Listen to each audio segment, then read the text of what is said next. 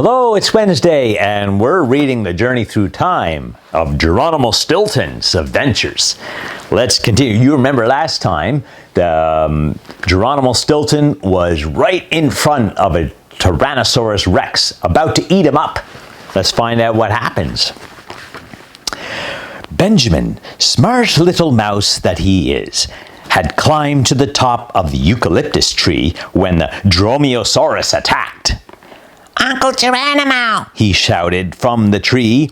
The Tyrannosaurus Rex is carnivorous. Run! I ran and ran until I was out of breath. The T-Rex's huge footsteps echoed through the forest, and the ground shook under his weight. The T-Rex was huge. I wasn't going to win this battle unless I used my wits. Then I had an idea. Right in front of me was a deep gorge with a narrow rock bridge over it. The bridge would hold my weight, but it would collapse under the weight of the T-Rex. I scampered across, trying not to look down. I'm afraid of heights. Once I got to the other side, the rock began to crumble, and the T-Rex fell to the ground. But now, how was I going to get back to the other side? Then I heard a rustling of wings. It was the Quetzalcoatlus. Please help me, I begged. A second later, he allowed me to climb onto his wings. Then he gently carried me back to my friends. Touched, I gave him a big hug. This is the secret of real friendship. Support each other and try to always be there when a friend is in need. By the time I was reunited with my friends, night had fallen. The professor was tending to Trap's wounds. Meanwhile, Thea, who is an expert in survival techniques, rubbed two pieces of flint together. She used the spark to ignite some dry leaves. Then she slowly added pieces of bark, twigs, and large logs until we had a bright burning fire.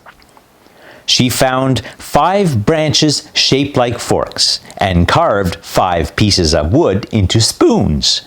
For all of us, then she served up some soup she had made in a carved-out gourd.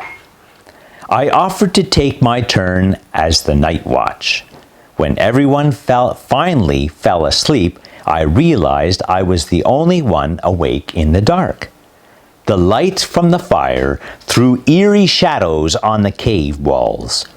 Outside the cave, I heard the voices of the forest. Strange calls, growls, and funny cries echoed in the night. How terrifying! Would we survive in the wild forest of a Cretaceous period? I shivered, and held on to the Gigantosaurus bone I had used to fend the herd of the Dromaeosaurus. I was sure of one thing. I would do anything to save my fur. Another day went by. Under Professor Von Volt's direction, we picked up rock samples, took photos of plants and animals, and jotted down invaluable notes. How come I haven't seen a mammoth yet? Trap asked. Mammoths appear much later in history, the professor explained. And now I have an announcement. We've collected enough information to complete our mission in prehistoric times.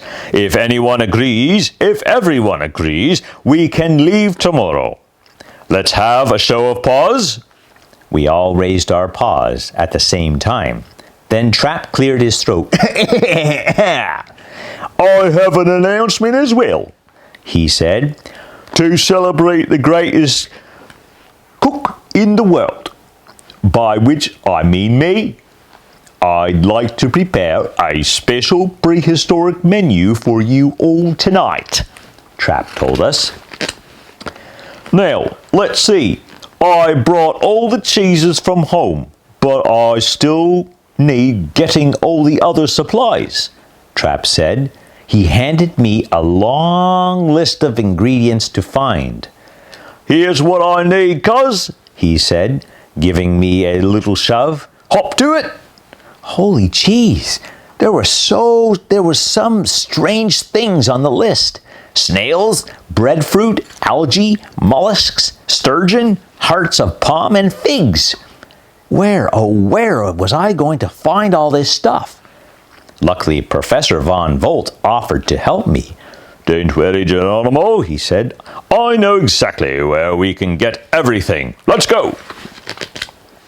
Oh, we can't continue yet. We have to continue next week. This is going to be exciting. See you next Wednesday. Thank you.